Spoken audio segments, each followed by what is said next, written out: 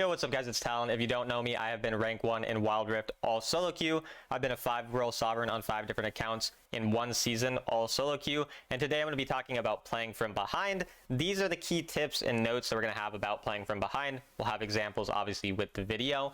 But I just want to mention that this is relevant to all roles, even though some clips might be me playing Baron lane or support or mid or whatever. These types of concepts are all applicable to all of the roles in the game. Additionally, there's a Google Doc linked in the description below that has information on all of the key concepts you need to understand for Wild Rift with videos that I have created associated with those various concepts. And finally, link in the description also gives information on my coaching if you're interested in getting coached by a rank 1 player. Anyways, let's get right into the video. I hope you guys enjoy it. This first clip is a great example of exactly what you need to do in games where you are behind. So very commonly when you're behind, the enemy will obviously, after they win a fight, they'll try to take a lot. But very frequently, the enemy will kind of overextend without realizing that someone can actually stop them and kind of stall the game out. So you're going to see, I'm going to respawn. And again, I'm obviously the support. I can't just solo kill people. But we understand we're in a bad spot already. We need to get something done or else the game is just going to snowball out of control. And so one of the best times to do this is when the enemy win a fight. They don't recall in time, they try to take more than they should, so they don't have their ults, they don't have their flashes, they don't have their gold spent, all this. And so my goal here is to keep these guys here long enough for my teammates to respawn. And so if the enemy, try to continue to pressure anything, I'm going to be very focused on punishing them. And obviously this is reliant on enemy making mistakes, but that's kind of the point of coming back. Like, you're not going to come back down 5+ gold if you are, already behind. And so here again, you see how we basically really hard overforce a fight. And pretty much the goal is, what do we really have to lose? If the enemy end up killing us, they end up killing us. But this is going to be by far the best time we have to come back. So you really want to find those key moments where you can come back in games, which usually relates to times where the enemy haven't yet recalled and they kind of overforce, or when you know that your teammates are going to be there 5 seconds from now and you're aware of the fact that you can stall. Whereas again, if I was recon and say we were up like 5k gold but we had one bad team fight and we died there, I wouldn't be overforcing that fight when the enemy overextend is hard, because if we do that, it could potentially be a lot riskier. If we die there, the enemy have wave pushing into our mid, and so of course if we see a free chance to kill them, we'll take it. But making such a risky play like this when I'm ahead would not be nearly as effective as if we were behind. This clip is mostly my teammates doing good. I didn't really do a lot here, but I definitely want to point it out. So basically, when you're really behind in a game, usually the enemy are going to have a couple of people who are really fed. In this case, it's Lee Sin. Their Lee Sin is Lamont, so naturally he's going to be pretty fed. And then they have Darius as well, who is very fed. And so what you want to do in these types of situations, there's one of two things you can do. Either you're in a fight, the Lee Sin's there, or the Darius, someone fed there, is there. You got to make sure that person dies in the fight. But a very easy way to avoid this is if you ever see them somewhere else on the map as the enemy are getting caught out, force that fight hard. So Lee Sin we know is bot side here, and Darius is very likely to be on a side lane. That's just normal, what a Darius would be doing. And so when the enemy overextend here and it's not their fed people, my teammates take great advantage of it. I mean, we'd get some follow-up here, not really anything crazy. But we are able to get 2 kills because the Lucian, the Set, and the Lux, they're not like the super fed people of the enemy team. It's like a lot the Darius and the Lee Sin. And so understanding those brief moments where the enemy overextend without their carry, you have to take complete advantage of that. I honestly should have even just flashed forward earlier and just, gone more aggressive to really force that. But you definitely want to be aware of when the enemy carries are somewhere else, kind of forcing a play when you're behind. There's a few main takeaways to have from this clip, and the first is going to be don't fight useless objectives, and then the second is going to be me explaining why I decided to fight a useless objective. So the first thing here is very typically people will go to random dragons and want to force random dragons, but we're 8k gold behind. We don't want to force that. So you're going to see I'm going to ping retreat from my team, or my Jax does actually shut. Thank you, Jax. Appreciate you. And we're going to go top side. So very often when you're behind, instead of forcing random fights on the objective, you want to go and make just get some gold elsewhere. I could continue going top side here. I could go get a turret. I could get some gold on myself. And then the point is you're trying to get as strong as possible before those objectives that matter spawn, like the Baron, like the Elder. And you're really just trying to get as strong as possible before then. So you don't want to force these random fights at dragons that don't matter. Don't want to do any of that. But there's a key difference here. And their fed Lee Sin gets caught and dies. So now everything's changed, because now this changes from an opportunity where we're going to go and we're going to 5v5, we're going to lose because Lee Sin is fed, Darius is fed, they're going to kill us, to now they have one of their carries dead and we have a chance to force a 5v4. So I want you to be very, very aware of the fact that the first and initial thing you should have been thinking, as I was thinking here, was go to the opposite side of the objective, give the objective, and get gold elsewhere. But then when you see an opportunity arise like this, the purpose of this dragon is not to fight, or not to get the dragon. The purpose is to fight. We want to force a fight before Lee Sin respawns, because Lee Sin is really the key kind of person. Notice how I'm not over forcing, you know, I'm getting the mid wave first, but then we're getting ready to go to the fight. And basically I'm going to be looking for a flash play here.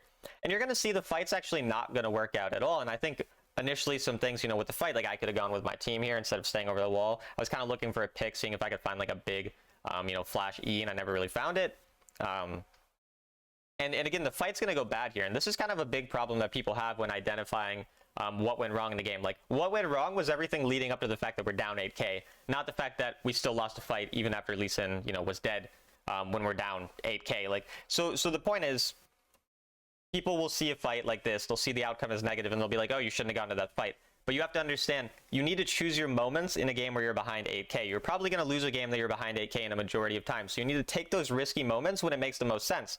And the time it's going to make the most sense is when an enemy carry in or dies like Lee Sin did there, and you have that brief moment where you can force a fight. And the objective is going to be a very common place where people are going to go to fight regardless, because we've all had our teammates force random, you know, fights at Dragon. And because of that, we knew we could probably get a brief 5v4 while Lee Sin was dead there and potentially get something out of it. So even though the outcome wasn't positive, still important to understand that. And then the other thing to understand is, okay, well, now we're in the same situation. You saw at the start of the fight, or before this fight started, I was topside away from Dragon because we didn't want to contest Dragon. And now the same thing is the case. We know we're not going to contest Baron. And so instead I decided to make a play on the bottom side where I can get gold. I even have a chance to potentially get a kill. And I know the enemy probably won't be here because they're going to be forcing, you know, the Baron, obviously. So understanding where the enemy are going to be and making plays on the opposite side is very important. In this case, all we're doing is we're valuing the wave here because Lucian would kill me. But then once my, you know, my Senna comes here, we end up finding an angle to actually get the kill on the Lucian. So basically what you see here again, opposite side plays whenever you don't have a key reason or moment to fight, and then take advantage of those key moments, such as one of the enemy carries making a mistake and dying. And here I'm basically just going to show you the concluding moment of a comeback and why it's important to sort of note everything here. So essentially, the reason I'm telling you to play on the opposite side of the map, get gold elsewhere, make these trades where, yes, maybe the enemy get Dragon, maybe they get turret somewhere, maybe they kill your teammates, but at least you get something somewhere else. It's all leading to this type of moment where very often good players even will make a silly mistake of starting a Baron or starting an objective at a time they shouldn't. And that's where you need to, again, seize your moment. So all of it is you do all of the things to make your gold close enough that when the enemy make that one or two mistakes, you can take advantage of it. And that's basically what this is here. We notice the enemy are going for a Baron, but we're champions who can do very, very well around the enemy doing Baron. And notice how I space here. I know Lee Sin's probably going to be looking for me, so we're very, you know, aware of the spacing, and we're able to make a decent play there to get a bunch of damage on him. So he dies, and again, he's the carry, as we've spoken about many, many times. The enemy overforce around Baron when they shouldn't, and basically this entire fight is won, which allows us to end the game there. So once again, choose your moments very wisely. Usually your moments are going to be around those key objectives like the Baron when the enemy throw, or around those situations where one of the enemy carries int. And any other time, your only real goal is to create numbers advantage on one part of the map by giving up numbers somewhere else. So the enemy go to a Dragon, use that to go to the opposite side of the Dragon and make a 2v1 on their top laner, or get a free turret, or get gold, or get an invade. Or the enemy overforce trying to dive bot side and one of them gets caught and dies. Well, that's when you make a play opposite side. So basically opposite side plays constantly until you find these key moments such as that one. A very common problem people have when behind is that they'll find that one time where the enemy throw, but then they do nothing with the enemy throw. And so here, if you look, the enemy are obviously all very fed. They're ahead 10k gold, but one of their very fed members is Aatrox, and Aatrox is showing on the opposite side of the map. You'll see briefly here after, around right here, as we recall. Not only that, but we're also hitting our third item. So there's two things here. One is forcing the fight when the enemy, have, again, numbers disadvantage or one of their carries shows elsewhere. And second is forcing on your power spikes. So when you hit these certain power spikes, when you're behind, it's immensely important to fight right as you're hitting them. Because think about it this way. Let's say that I'm 3 items and the enemy jungler is ahead of me and they're 3.98 items. Like, what I mean by that is they're about to get to their 4th item, but they don't have the gold for it yet. The biggest power spike possible is right when you're hitting that item. So the fact that I'm on 3 items, they're on 3.98 is so much better than if I was at 2.98 and they're at 3.96, for example. Obviously, I get the numbers are being kind of weird here, but the point is, As soon as you're hitting that power spike, you're really wanting to force if you can. And because the enemy is, again, someone's showing on the other side, we use this as the time to force. And because, again, one of the enemy aren't here, even though we're down 10,000 gold, we're able to win this early fight here.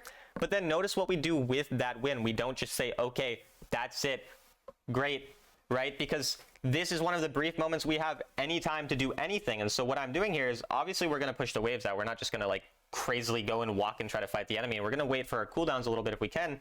But as soon as we really have any opportunity, we're going to try to use the fact that we have a numbers advantage here to force a fight onto Aatrox. Because Aatrox is now one of the, very fed members. And again, many of his teammates are alive, or are dead rather. And what this ends up doing is, again, it gets out cooldowns for the enemy, like the Aatrox ult, flash, and QSS, for then a fight around Baron later. It also means that now let's say that we did get the kills here. Well, now we use the fact that we had a numbers advantage to get more kills, and then those kills lead into oftentimes objectives and whatnot. And you're going to see, again, oftentimes it doesn't work out, as we've talked about with this behind video, or playing from behind video. Not every play you make is going to work out, because that's the point. You're behind, the game is going bad. You need to find some type of way to force something, and even just forcing out those couple of cooldowns from the Aatrox is very, very important. And then the other thing is forcing plays around this key timer.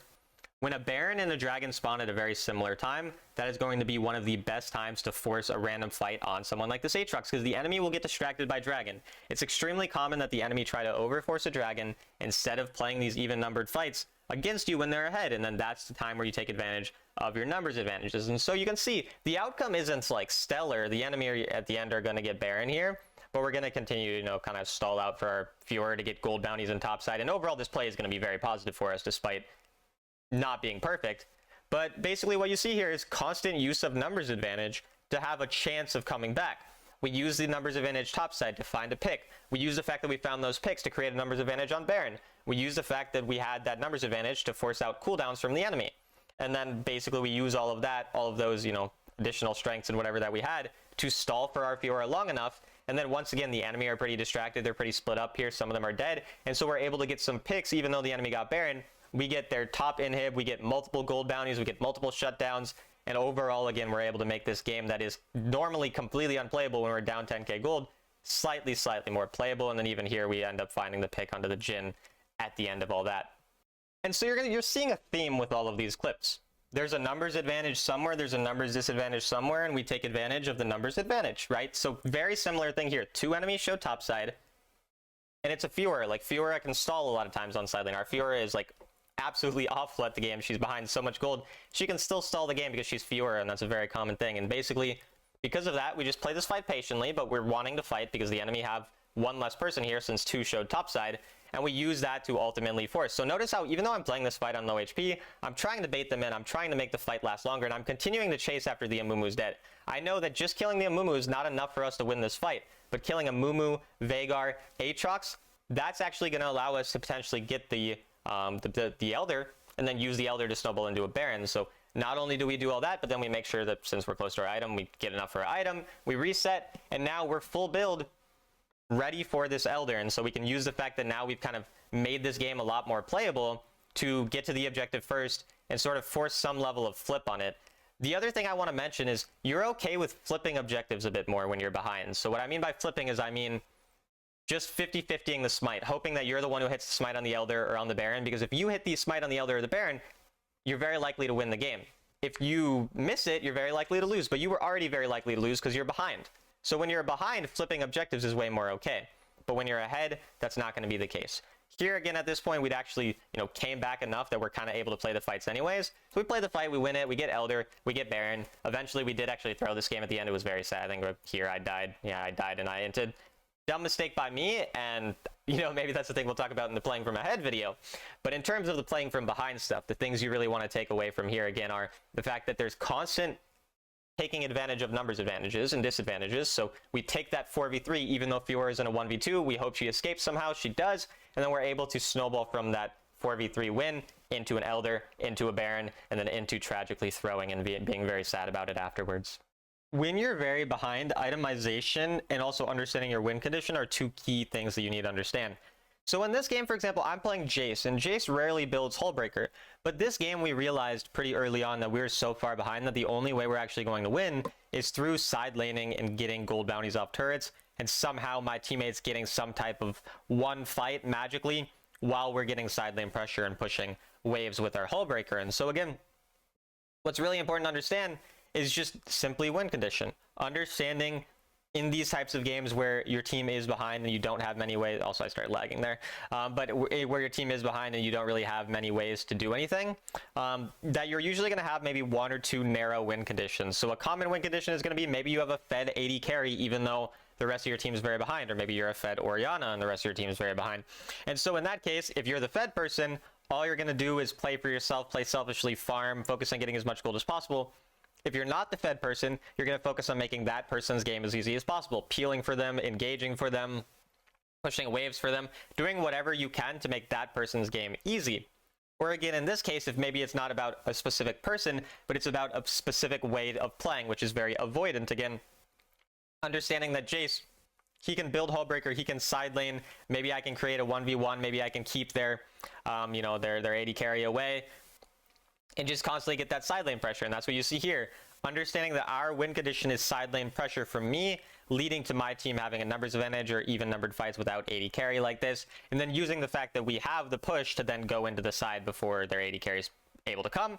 And that's basically how we're able to win this fight here, again, is the fact that we understood our win condition, we pressured the sides, we played largely around that. And then because of that pressure, my team was able to take advantage of the enemy kind of inting, and we're able to mount some level of a comeback. This is the final clip, and I'm showing it to you for two reasons. The first reason is because there's a really funny play that I want to show you. But the other reason is that I want to talk about objectives. So first, you're going to see the funny play. In about a second, you're going to see me get a kind of insane stun, which I think is funny, so why not show you guys? I literally hit 5 people with that stun. I thought that was pretty hilarious. But what I want to talk about is objective flipping. So when you are ahead, you really never want to randomly flip a Baron or an Elder when you're ahead, because you're probably going to win the game if it progresses naturally, so you don't really want to be flipping these random objectives, so it makes a lot more sense to not do that. But in the case of these types of games, where your team is behind, even if the enemy jungler is alive, totally fine to do the objectives, because, again, what better chance do you have to win the game than getting this random 50-50 on the objective? And so we kind of already mentioned that, but I just wanted to show one more clip. And again, I just wanted an excuse to show you, me stunning 5 people, because I think that's a great, excuse. I don't think there's anything better than showing you me stunning 5 people. So why not? But again, you see, like, we end up mounting some level of comeback because we're able to flip that objective successfully. And if we miss the flip, I mean, we would have lost the game anyway. So who really cares, But yeah, that's basically it for the clip.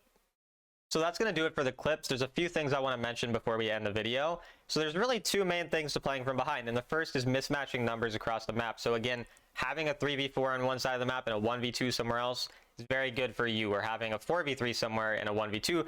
This is what you want, because again, if you're behind, you can't beat them with your wallet. You beat them with the numbers advantage instead. That's really kind of the main thing.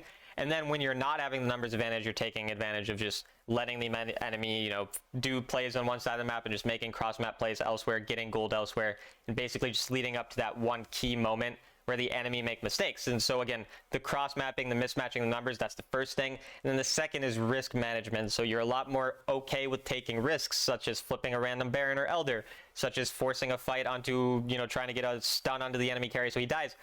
It's okay to take these risks because you're probably going to lose the game anyway when you're behind. So you can take a bit more risky plays and hopefully find some way to get yourself back into the game.